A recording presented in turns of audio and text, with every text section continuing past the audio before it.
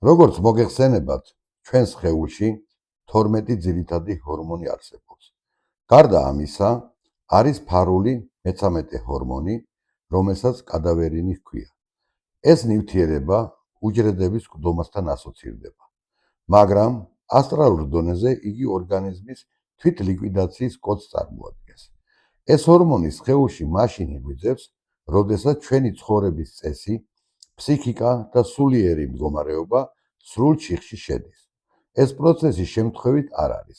ყველაფერი იწყება მაშინ, როდესაც ადამიანი არასწორად ცხოვრობს, უშვებს დიდ სულიერ შეცდომებს, აგროვებს წყენებს, ბოღმას და დგას უმძიმესი ცოდვების წინაშე. სწორედ ამ დროს ნეგატიური ენერგია ფიზიკურ სხეულში მატერიალიზდება. ორგანიზმში ჩნდება ფარული უხილავი დაავადებები და ინფექციები, რომლებსაც ანალიზებით ვერ ვხედავთ.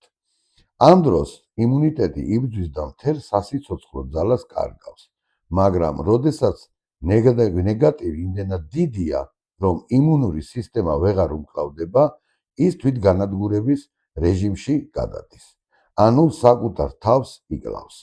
ის წყვეტს გარედან შემოჭრილ პრობლემებთან ბრძოლას და იწყებს ჯანსაღი უჯრედების ნგრევას, რის გამოც მთლიანი სისტემა ზიანდება. ზუსტად ამ დროს იწყება ორგანიზმში კადავერინის დოზის მკვეთრი მატება, ისე ჩნდება, როგორც დამხმარე, თუმცა არა იმუნიტეტის გადასარჩენად, არამედ იმისათვის, რომ ადამიანის სისტემის დაშლა დააჩქაროს. ის თიშავს თავდაცვის უნარს და სხეული საბოლოოდ მკვდომისკენ მიჰყავს, რაც ადამიანის შინაგან არასწორ არჩევანის შედეგია.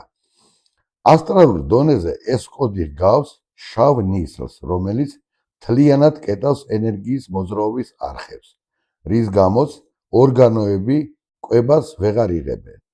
ჩემს პრაქტიკაში მე ხშირად ვხედავ, როდესაც კადავერინის ენერგია აქტიურდება, რა თქმა უნდა, მას წამლებით მკურნალობა ვერ შველის, ამიტომ აუცილებელია ასტრალურ ენერგიასთან მუშაობა, რომ სხეული მთლიანად განიწმინდოს.